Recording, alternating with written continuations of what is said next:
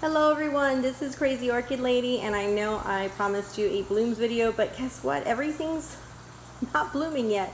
I guess, I'm still waiting on spikes. I've got sheaths and spikes and blooms that are almost starting to open, but I think you deserve better, and we definitely need to let them open so I can show you what's going on. But that being said, like I said, I was looking at a possible orchid haul, and it was my birthday weekend, so I was very fortunate, and of course everyone knows I love orchids, therefore they took me some orchid farms, and it was amazing.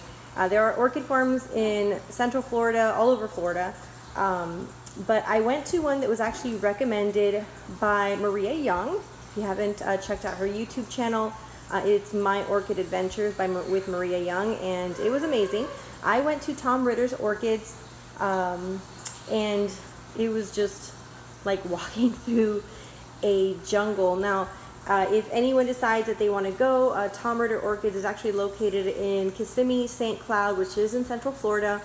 However, please keep in mind that we did have a major hurricane last year. They were hit the hardest, and therefore they are still in repair. So maybe wait till February, March for them to finish, because there's quite a bit of damage, and a lot of the farm is well, you can see it. They are definitely working on it, but there's a lot of mess and still chaos, and I mean, as you can imagine, but with thousands of plants. Also, unfortunately, Mr. Ritter did pass. For those of you who do know Tom Ritter Orchids and did know Mr. Ritter, he did pass a month ago, I found out, so very unfortunate. But it's a fantastic family-owned nursery. You should definitely take the trip if you live nearby. Anyway, we also looked at some local growers here in my particular area that sell fairly common orchids. But let me show you what I got. As you guys can see, there's lots of blooms. So I did get a lot of dendrobiums. 2 of these back here, 3 of them are no ID. So these 2 that you see right here, these particular little ones, they have tiny little white blooms with a beautiful purple inside and a purple and white lip. They're a slight fragrance to them, almost like a soapy fragrance to them. I did get two of them identical, pretty much in size. They were deflossed at the same time, so that is going to be for our Leca versus Growstone experiment. I didn't want to go with phals. People tend to use phals a lot, and yes, they're fantastic because they bounce back so quickly, but I really wanted it to be a 1-year video.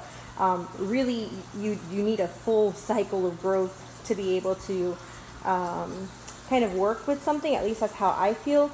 You'll see some changes going back and forth right at the beginning as the plant's adapting, but you really need to go through all seasons and all growth stages for the plant to really tell you if it likes it or not, or for the system to work for you. So at least that's how I feel. So that's what I'm going to do with those 2 guys.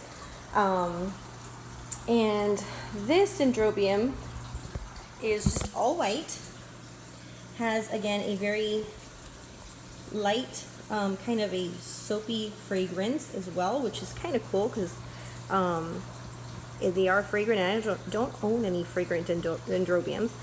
It does have a very pale green and yellow right smack in the center. Again, no ID, but the foliage is quite a bit darker. It is probably going to be a slightly smaller dendrobium, whereas some of these guys are going to get pretty big. But I don't have any white ones, so why not? Thought it was really pretty.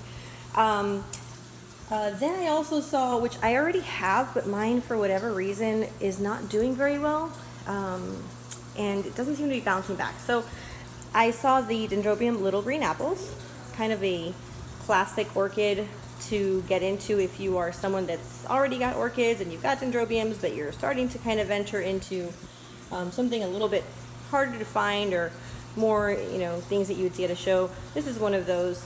It's called Little Green Apples because it has a very greenish yellow color to it.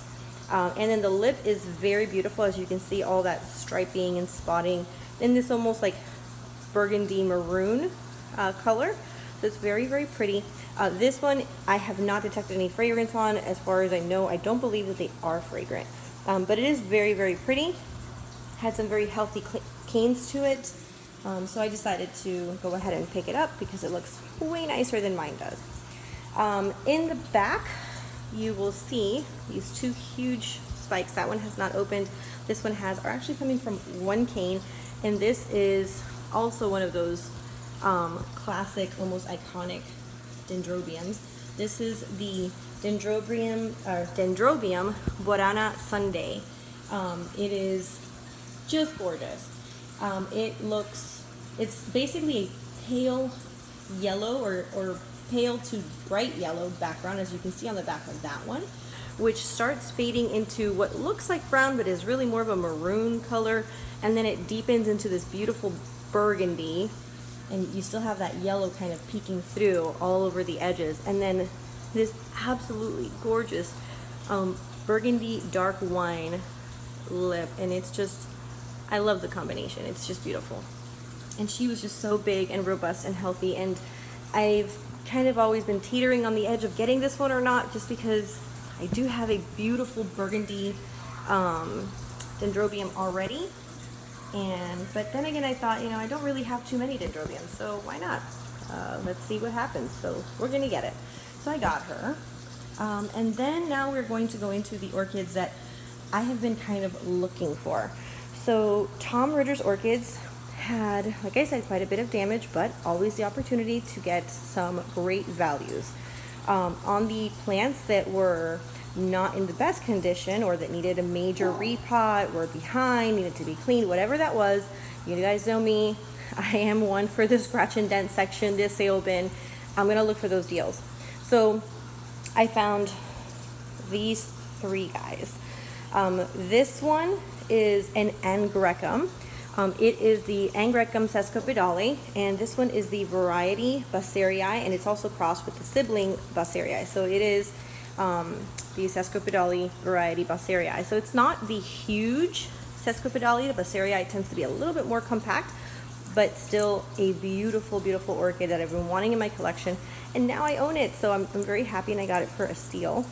And then this one back here is an orchid that I fell in love with when we stayed in Grand Cayman for about a week.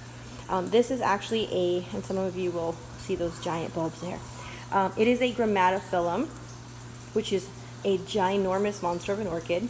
It is a Grammatophyllum Scriptum. This is the variety Hihimanu, and this one with Grammatophyllums, they can throw spikes out that are 3 to 4 feet long, people. I mean, 3 to 4 feet long. It would probably end up somewhere over there.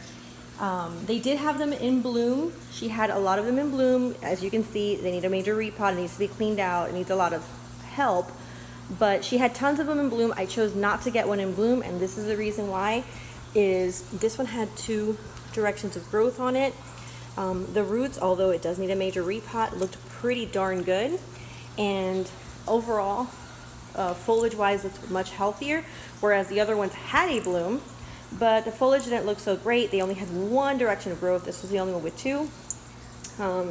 But the ones that did have blooms, guys, they were this is the Hihimanu, which is a green flower. It probably had a good 50 flowers coming down on the spike, and the center is white.